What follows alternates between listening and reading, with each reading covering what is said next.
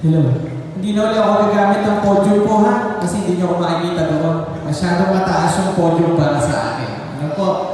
So isang mapagpalang hapon po sa ating lahat, sa ating pong mga bisita ngayong hapon ito, sa isang napakahalagang araw para sa inyong mga bata.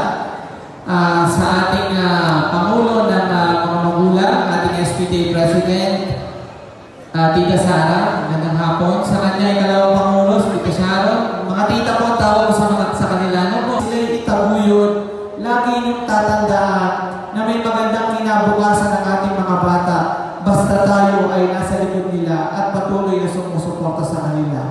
Sa inyo, mga mahal na graduates ng Fernando Herbes Elementary School, congratulations! At lalong higit sa mga magulang na nagpupursigi at patuloy na magpupursigi sa inyo, congratulations din po. This is not the end, but rather a beginning of another journey sa bawat isa. Lagi niyo yung naririnig. Dahil ang pagkatuto ay walang katapusan. Para yung isang circle, walang simula, walang katapusan. Kaya habang tayo nabubuhay, 23 mga guro, isang administrative officer, ang ating school utility worker, at ang ating mga PTA officer, SPTA officer, lahat kayo ay malugod namin tinatanggap dito sa Fernando Herbes Elementary School and